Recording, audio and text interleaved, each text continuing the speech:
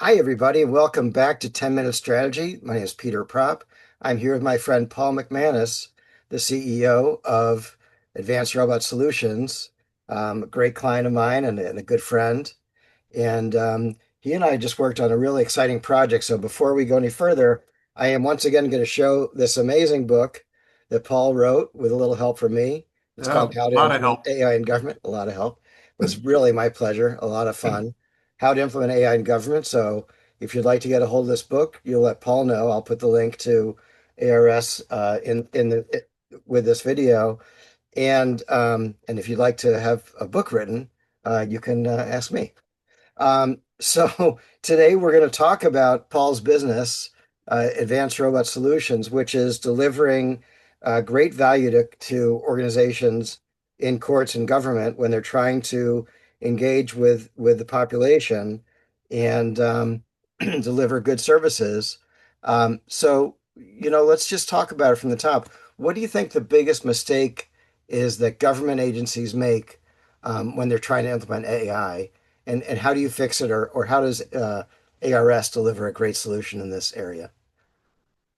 Good question. Well, from a mistake issue, they're not getting into it fast enough that I'm saying. Not on the implementation side, but just on the learning side and learning all the capabilities and the power of it. Um, there's like in the whole court realm, AI there's two sides to it. One is where it's affecting legal briefs and judges and such. That's not our domain, and that's a real challenge on the whole legality and cases and evidence and stuff. So that's not our expertise, and that is a real challenge to courts to do their jobs and processes correctly. Now we're on the other side, and our job is to improve efficiencies for the court operation, handling all their customers, the citizens, the forms, the payments, the submissions, and then the outreach and we're kind of the initial touch point to the courthouse, be it through an AI agent on a website, a kiosk, digital signage, putting our software in the self-help library, self-help centers. So, so biggest mistake is on the service side is just not checking it out and seeing the opportunity. And like in any new industry or new technology, you have the first adopters, and we've been fortunate enough to find those first adopters to work out in leveraging the AI. And AI is a component, but it's not the whole thing. Right. It's just a part. It's an important part, but you still have to deal with workflows and procedures and enterprise systems. Sure. So it's not just it magically just makes everything better. It's a Right. tool.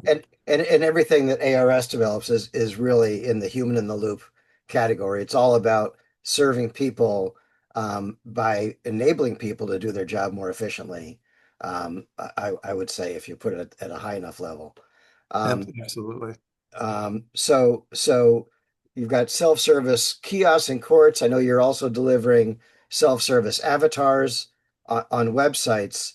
Um, and you're really helping the individuals through some of the most stressful moments of their lives. So, how does your team develop that, especially with multilingual? How do you make things more efficient with a multilingual AI approach? Yes. By the nature of courts and government, they deal with everyone, okay? And one of the biggest missions, and a very valid one for courts and government, is equal access to justice, equal access to services, and language, be it spoken or written, when you're dealing with so much diversity in America. Um, this is where our AI really kicks in. AI is just really powerful when it comes to taking the same subject and allowing a conversation in different languages. Um, so that helps reduce the stress, to both the court who has to speak to somebody that a language that they don't know, and the person has to communicate, and they don't know how to speak English. So, by either text or audio and conversational using AI, it facilitates one of the most important things, which is communication. So, Yeah. Well, why don't we just take a second to talk about your biggest installation down at Fort Bliss? Can you talk about how many kiosks and the expanse of that installation in El Paso County, Texas? sure. And that expansion started with COVID, with ARPA funds. So the court received ARPA funds. This is a time way back in COVID when people weren't getting to the courthouse. Everything was kind of in isolation, yet the courts still needed to get moving. So with ARPA funding, they put a kiosk into the courthouse. They put them on multiple floors. At that point, because you can uh, communicate with our technology with voice, you didn't have to touch anything. So that was a valid point. And then COVID kind of ended, and then we continued the deployment. And a big trend now with courts and government is bringing services to the people. Not everyone can get off from work. Not everyone can get transportation.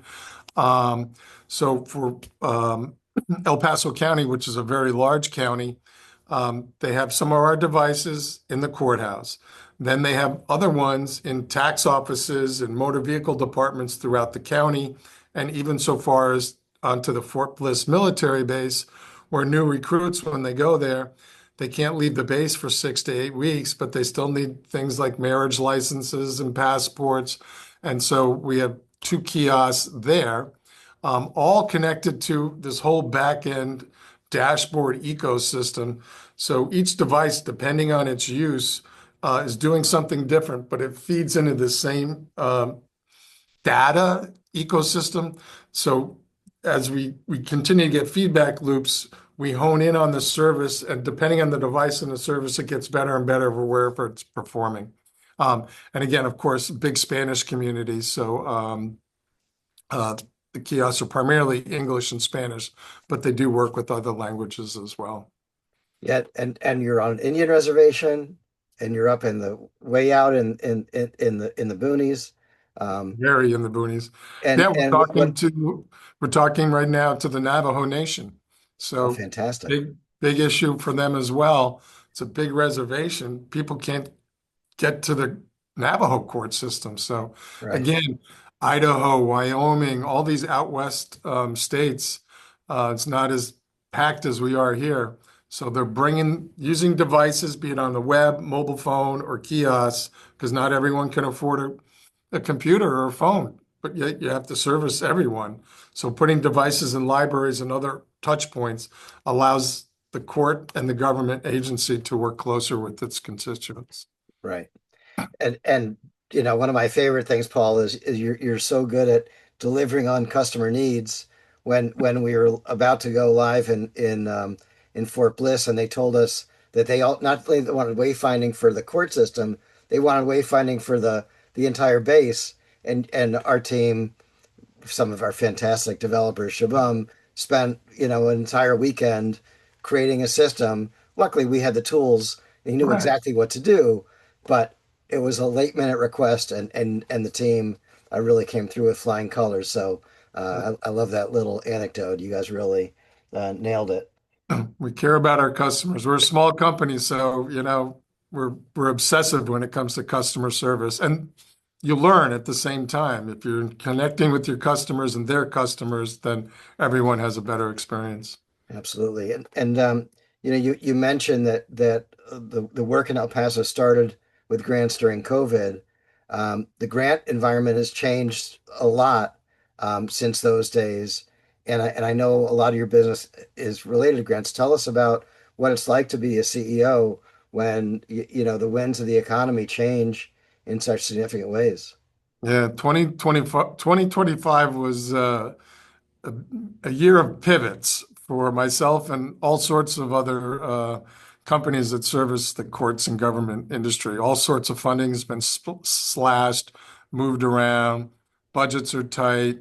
Um, So it becomes less about innovation and access, which is still very important, but getting the best bang for the dollar. So from a company standpoint, we definitely had to make some pivots. We used to have big deployments. Now we have little pieces so they can kind of grow and they're like Lego blocks and they can kind of move from there. Um, More ROI focused, but still access to justice and services is still extremely important to courts and government. So, and a lot more strategic alliances with other partners and vendors. You need to work with others in this new environment, and then leverage the relationships you already have as we kind of continue to spread our services. Right. So we've got about a minute to go. Let's just talk about, one of your more recent implementations. I saw the picture of the whole office filled with kiosks that were about Oh to gosh. head out to a customer. What's that like when everything's, in and then it's got to be set up and then packed and sent out? You must feel like you're in a movie. Yes, that was quite, we had 15 kiosks in here. The majority of them were going down to Chester County, Pennsylvania, on one of our other bigger deployments. Again, they're all across the county as well. Yeah, so we get them in from the kiosk vendors. They're all different types. We get the shells and then we put the guts in. So we put the computers in, the microphones, the cameras. We do testing. And then we got to repack them and then drive them down in a U-Haul. So yeah, so you didn't use an outside vendor to do the delivery. You No, guys no, we took delivered them ourselves. So smart. we got the raw pieces in here, and Sure. that was fun. That came through a big snowstorm, so we had to empty a trailer outside here in the parking lot. Oh So my all hands gosh. on deck, but Amazing. fun and Amazing. Well, camaraderie. those are I'm sure stressful but fun days and it's great when you get to ship something. So Yeah, congratulations on all your success and look forward to hearing more and more about the ARS success in the future. And thank if you you. want to learn more about how to implement AI in government, you can reach out to Paul for the book. Yeah, And it's been a real pleasure to hang out for a little bit, Paul, and hopefully we'll see you again soon. yeah, absolutely. Thank you. Always love it, and thank you very much for all the work you did on that book. It was fantastic work, and it's a reference guide now. We share it with court administrators and government officials all the time. So, Fantastic. thank you. That's awesome to hear. All right. Have a great day. Yes, you too. Bye.